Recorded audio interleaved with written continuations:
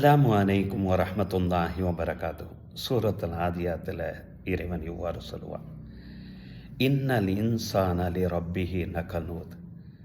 நிச்சயமாக மனிதன் நன்றி கெட்டவனாக இருக்கிறான். வ இன்னஹு அலா தாலிக லஷஹீத்.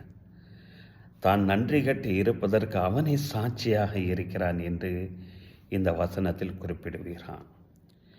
இந்த வசனத்தை குறிப்பிட்டு விட்டு சலஃபீன்களுடைய ஒரு வரலாறை தஃப்சீர்களில் இவ்வாறு பதிவு செய்கிறாங்க.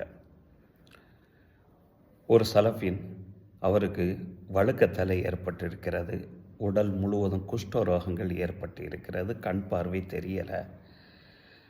அவரால் நடக்க முடியாத அந்த சூழ்நிலையினால் கையாலும் கால்களாலும் தவழ்ந்து கொண்டு தான் நடந்து வருகிறார்.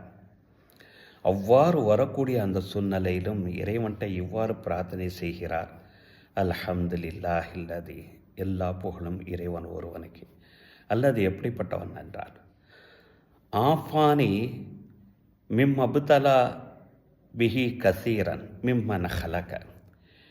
அனைத்து படைப்பினங்களில் இருந்து, பெரும்பான்மையான படைப்பினங்களில் இருந்தும் நிறைய நபர்களுக்கு கொடுக்கப்படக்கூடிய அந்த சோதனையை காட்டிலும் என்னை பாதுகாத்த அந்த இறைவனுக்கு எல்லா புகழ் அனைத்தும் என்று அந்த இடத்துல சொல்லுகிறார். இவ்வாறு பிரார்த்தனை செய்து கொண்டு இருக்கக்கூடிய அந்த சூழ்நிலையில் ஒரு மனுஷன் அந்த கடந்து போகக்கூடிய நேரத்தில், என்னது அல்லாஹ் உன பாதுகாத்தானா? உனக்கு கண் பார்வை தெரியாது, உனக்கு குஷ்டரோகம் ஏற்பட்டிருக்கு, ஒரு நாள் கையால் கால்களால் கூட நடக்க முடியாமல் தவந்து கொண்டு நீ வருகிறாய், உனக்கு என்ன இறைவனுடைய அருள் இருக்கிறது? இதில் ஒஃபல்ல நீ தஃப்லீலா என்று கூட நீ கேட்கிறாய், என்ன சிறப்பை இறைவன் உனக்கு தந்திருக்கிறான் என சொல்லக்கூடிய நேரத்தில் அந்த சலஃபின் சொன்னாராம், வைஹக, உனக்கு என்ன ஏற்பட்டு விட்டது? வஜால் நெ லிசானான் தாக்கிரா, எனக்கு இறைவனை நினைவு கூறக்கூடிய, திக்ரு செய்யக்கூடிய நாவை இறைவன் எனக்கு தரலியா? வ கல்பன் ஷாக்கிரா, இறைவனை நன்றி செலுத்தக்கூடிய உள்ளத்தை இறைவன் எனக்கு தரலியா?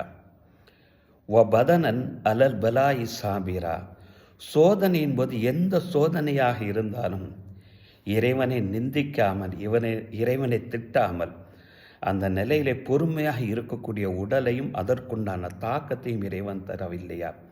இதை விட என்ன நியாமத்து வேண்டும் என்று அந்த சலஃபு சொன்னதாக அந்த தஃப்சீரில் பதிவு செய்யப்பட்டிருக்கும்.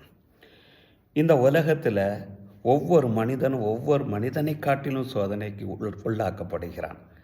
அவனை பார்க்கக்கூடிய நேரத்தில் இறைவன் நம்மளை பாதுகாத்திருக்கிறான், அந்த எண்ணம் நமக்கு வர வேண்டும் அல்லவா?